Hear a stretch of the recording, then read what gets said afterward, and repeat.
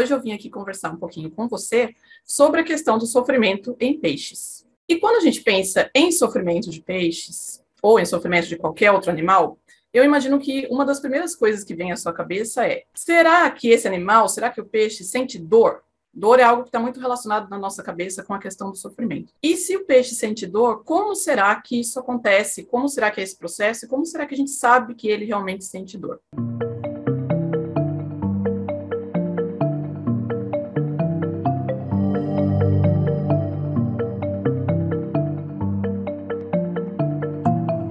Então, respondendo já a primeira pergunta, sim, sente muita dor. E como que a gente sabe disso, né? Existe um grande corpo de evidências científicas mostrando que os peixes, eles têm, primeiramente, todo o aparato, assim, todas as estruturas, como outros animais quaisquer, para sentir a dor. E o que isso significa? Significa que esses animais são capazes de perceber um estímulo nocivo, que é um estímulo que causa dor, que essa informação ela é encaminhada para o cérebro do animal, essa informação é processada no cérebro do animal, e isso então desencadeia uma resposta complexa, uma resposta comportamental complexa que vai muito além de um simples reflexo. E é por isso que a gente pode falar que o animal sim sente dor. Por exemplo, quando a gente injeta, né, em alguns estudos que testaram isso, veneno de abelha ou vinagre na boca de um peixe, em seguida ele vai numa pedrinha lá, ou vai no substrato, ou vai no fundo do tanque, tentar esfregar aquela região do corpo afetada. Isso já é uma alteração mais complexa do que um simples reflexo. Um outro exemplo interessante para comentar: se um peixe ele está previamente condicionado e ele sabe que assim que acender a luz do aquário, do tanque, seja lá onde ele estiver,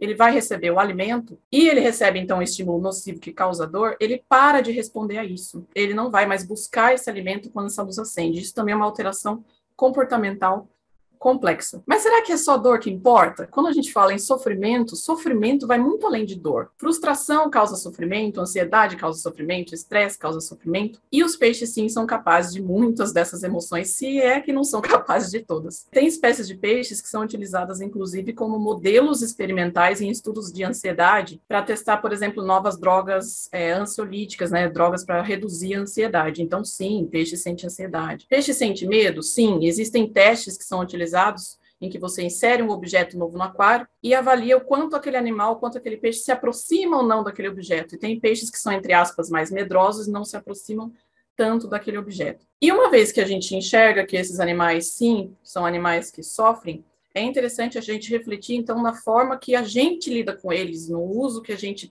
utiliza desses animais para o nosso consumo humano, ou a forma como a gente lida com eles. Então, como será que é a realidade dos peixes utilizados para o consumo humano no mundo de hoje? E será que tem como melhorar isso? De forma, assim, grosseira, né, uma estimativa meio por cima e até conservadora, enquanto a gente tem 70 bilhões de animais vertebrados que são abatidos todos os anos, incluindo aves, para o consumo humano, de outro lado, se a gente for pensar em peixes, a gente tem de 1.000 a 3.000 bilhões que por ano são abatidos para o consumo humano. Então, se a gente parar de pensar em toneladas, em massa, e pensar no indivíduo em si, tem bem mais indivíduos, né, em termos de peixes, do que de animais vertebrados como um todo que são abatidos para o nosso consumo. Sendo que desses, 500 bilhões vêm de produção nas fazendas, vêm de piscicultura. E aí não envolve nem mais só a questão da captura e do abate desses animais, mas envolve também a questão de como esses animais são mantidos ao longo de toda a sua vida até chegar no abate. E aí, será que tem como melhorar isso? Quando a gente fala em peixes, existem inúmeras espécies que são criadas, inúmeras espécies que são pescadas para o consumo. Então, é um pouco mais difícil de pensar nas formas de melhorar tanto o abate quanto